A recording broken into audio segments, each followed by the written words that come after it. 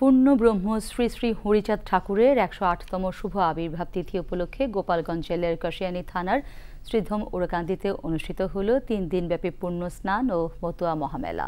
উপমহাদেশের সাম্যবাদী মতুয়া ধর্মাদর্শের প্রবর্তক, শিক্ষানুরাগী ও সমাজ সংস্কারক এই মহানায়কের অনুসারী লাখো মতুয়া ডঙ্কা কাসর বাজিয়ে এবং নিশান উড়িয়ে স্নান ও উৎসবে অংশ নেন। বিস্তারিত সঞ্জয় বিশ্বাসের প্রতিবেদনে। শ্রী শ্রী হরিচাঁদ ঠাকুর ঊনবিংশ শতাব্দীতে বর্ণবাদ আর কুসংস্কারের জাতাকলে নিষ্পেষিত মানুষের মুক্তির জন্য তাদের শিক্ষার অধিকার আদায় এবং সমাজ থেকে বর্ণবাদ আর কুসংস্কার দূরীকরণে অগ্রণী ভূমিকা পালন করেন। ১২১৮ বঙ্গাব্দের ফাল্গুন মাসের মধুকৃষ্ণ ত্রয়োদশী তিথিতে গোপালগঞ্জের কাশিয়ানী থানার সফলাডাঙ্গা গ্রামে তিনি জন্মগ্রহণ করেন।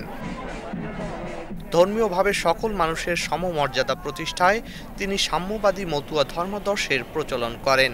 যেসব মানুষ পিছনে পড়া, যারা শিক্ষার অধিকার ছিল না, নানা দিকে বঞ্চিত ছিল, সেই সব বঞ্চিত জনগোষ্ঠীকে একটি মানব উন্নয়নের জন্য, মানুষের সমমর্যাদা দেওয়ার জন্য, মানুষকে একটি অসাম্প্রদায়িক সমমূল্যায়ন করার জন্য ঠাকুরের অবদান আজ বিশ্বে স্বীকৃত। পৃথিবীর বুকে এমন ইতিহাস নেই, একমাত্র ঢাকা ডিভিশন, সেখানে 1067টি বিদ্যালয় ইংরেজ সরকারের কাছে থেকে অনুমোদন করে নিয়ে এসেছিল।